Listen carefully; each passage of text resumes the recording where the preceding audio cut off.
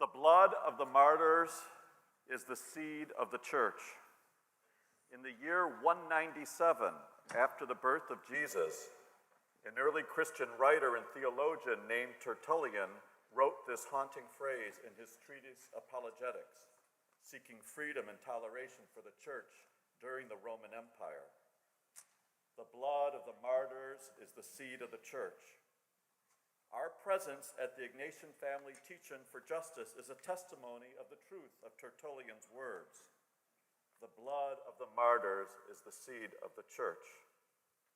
The word martyr in Greek means witness. We are here as church to offer witness as the people of God, as the church. Most of us as baptized Christians, all of us as people passionate about the promotion of justice, rooted in faith, offering our own witness, offering our own presente, as we remember 30 years ago the murders of 6 Jesuit priests, their cook and housekeeper, and her daughter. Let's invoke their names so that this cloud of witnesses can come into the room with us. Ignacio Ellacuría, the president rector of the Jesuit Central American University, the leading theologian and thought leader in El Salvador against the murderous military-led government during the Civil War, which took over 75,000 lives between 1980 and 92. Ignacio Martín Baró, the vice rector of the university, a leading expert in Salvadoran public opinion, a social psychologist and philosopher whose doctorate from the University of Chicago studied the effects of population density and trauma in El Salvador. Segundo Montes, the dean of the Department of Social Sciences, was known to be fiercely loyal to Ellacuría and a passionate advocate for the poor, leading an Institute for Human Rights which advocated for the over 1 million internally displaced people in El Salvador as a result of the Civil War. He spent some time here in Washington as an informal advisor to Congressman Joe Moakley from Massachusetts regarding Salvadoran refugees. We owe a great debt of gratitude to Congressman Joe Moakley for all he did to help get the truth out about these atrocities. Juan Ramon Moreno studied theology and spirituality in St. Louis and Rome. He also served as a novice director for the Jesuits before coming to the UCA, the Central American University, where it said that he organized the finest theological library in El Salvador. Joaquin Lopez y Lopez was the oldest of the group, and he was the only native-born Salvadoreño. But he entered the Jesuits in El Paso, Texas in 1938 because there was not a novitiate in Central America at this time. He had a strong background in popular education, the Fe y Alegría movement, which some of you probably know about. But at the UCA, he was helping with university administration. Armando Lopez was chair of the philosophy department and was pastor of a community outside of the university. You can already hear some of the ties between Central America and North America in these itineraries of these men. Alba Ramos was a cook and housekeeper for Jesuits, actually for Jesuit theology students nearby. She was the mother of 4 children, 2 of whom died young. And she was killed that same night with her 16-year-old daughter so that there wouldn't be any witnesses. Just that same year, her husband, Obdulio, began working at the UCA as a watchman and gardener. The night of November 15th, Alba and Selena stayed overnight at the Jesuit residence thinking that they would be safer there. The Jesuits thought that they'd be safer there. They had already sent the students away because they knew that things were getting really tense. Tragically, the next morning, Alba's husband, Obdulio, found his wife dead, sprawled out over the body of her daughter, Selena, along with the 6 Jesuits. The 6 Jesuits are buried in a large chapel on the campus of the UCA, not far from the community house where they were murdered. Alba Ramos and her daughter Selena are buried with family elsewhere. 3 years ago, I was fortunate to visit the UCA in May of 2016 at a meeting between the Jesuit provincials of North America, Central America, and South America. I cannot tell you how deeply moving it was for me to pray in the very rooms where these people were murdered. How deeply moving it was to see the 8 rose bushes planted by Obdulio, Alba's husband, and the Father Selina in front of the house. 6 red rose bushes in a circle for the Jesuits and 2 yellow rose bushes for his wife and daughter. They're still growing today. How deeply moving it was to go to the small museum which displays many artifacts of their lives, as well as artifacts of the lives of now Saint Oscar Romero and another Jesuit martyr from El Salvador, Father Rutillo Grande, who was killed 12 years before the UCA martyrs. It's fitting that all of these martyrs are remembered together because the sacrifice of their lives are all intertwined in the salvation history of the Salvadoran people. Father Rutillo Grande was martyred in 1977, a simple parish priest fighting for his people against exploitative landowners and the military.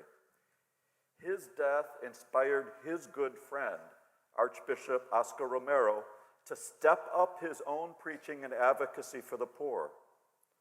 Romero would then be killed 3 years later in 1980 at an altar while celebrating the Mass, while he was holding up the sacred species.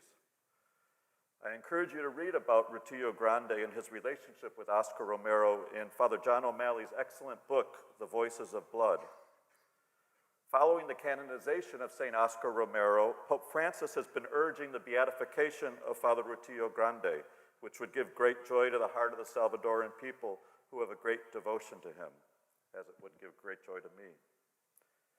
For me, the visit to El Salvador and the UCA and this chapel and museum was truly a pilgrimage, as these deaths deeply inspired my faith in God and my commitment to justice during my formative years, when I was the age of most of you in this room. I was a senior at Loyola Academy in Wilmette, Illinois, when Father Rutillo Grande was murdered in 1977. I can remember them breaking into class over the PA and making that announcement.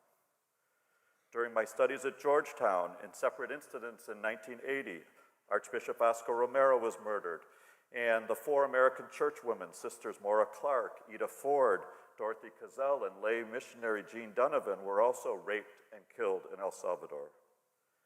9 years later, during my theology studies in November 1989, while alone in my bedroom studying, I was listening to the BBC, I learned about the 6 Jesuits and their housekeeper and daughter who were killed in the night on Thursday, November 16th, 1989. More victims of the civil war in El Salvador, which, as I noted earlier, claimed more than 75,000 lives. In the small museum at the UCA, the artifacts range from the blood-stained clothes of these martyrs were wearing when they were shot to a copy of the important theology book, The Crucified God by Jürgen Moltmann, in Spanish, El Dios Crucificado. But this book was shot through with machine bullets, truly El Dios Crucificado. On a less serious but very human note, there also were the words and guitar chords to the Beatles song Yesterday, because it was a hobby of Ignacio Martín Baró, and in your book you'll see a picture of him with a guitar. My heart ached as I went through the small museum. There's also the blood-stained clerical shirt that Rutillo Grande was wearing when he was murdered 12 years before, as well as the album stole of Romero. This is holy ground. The blood of the martyrs is the seed of the church. We would not be here today as church, as the people of God, if it weren't for these martyrs. These faith-filled men and women for others, disciples of Jesus, committed to being witnesses to a faith that does justice. On the doors of the chapel where the Jesuits are buried are some inspiring quotes from Archbishop Romero, who told a Guatemalan reporter 2 weeks before his assassination, "If they kill me, I shall rise in the Salvadoran people." He went on to say, "If the threats come to be fulfilled, from the moment I offer my blood to God for the redemption and resurrection of El Salvador, let my blood be the seed of freedom and the sign of hope that will soon be reality." On the other side of the door is another quote from Romero. "Con este pueblo no cuesta ser buen pastor." With these people, it doesn't cost me anything to be a good pastor. In truth, it only cost him his life, just as it cost Jesus his life to be faithful to his conscience and to the will of his Father in heaven in the face of persecution from religious and civil authorities because of his ministry of love, forgiveness, and healing in the name of God, because he came to do the will of his Father in heaven, just as it cost the 6 Jesuits in Alba and Selena their lives. On one of the walls of the Chapel de Uca, there is a citation from our Gospel from St. John today. Unless a grain of wheat shall fall upon the ground and die, it remains but a single grain with no life. Some psychologists have said that there are 2 questions that we all have to answer on our journey to adulthood. How are we going to love, and what are we going to do? I think that Jesus would affirm these 2 important questions as well. How are we going to love, and what are we going to do? I think Jesus would ask all of us today, what part of the grain of our lives needs to die so that there would be new life? What part of the grain of each of our lives needs to die so that there may be new life? That's a challenging and haunting question, isn't it? That each one of us needs to answer, not once, but over and over and over again. As the poet Mary Oliver says in her beautiful poem, A Summer Day, tell me, what is it you plan to do with your one wild and precious life? What is it that you plan to do with your one wild and precious life? I submit that for those of us who are Christians, whatever our state in life, whether single or married or vowed religious sisters or brothers or ordained priests, the largest frame around our answer about how we're going to love and what we're going to do needs to be the same. If our baptism means anything, we want to live our lives for the Lord Jesus Christ. We want to spend our lives for the Lord. And we need to die to whatever is sinful and whatever selfish parts of ourselves prevent us from serving Christ. We want to pour out our lives in love and service to others in imitation of Jesus Christ for the greater glory of God. Ad maiorem Dei gloriam. Right? A little applause there? Yeah, I think so.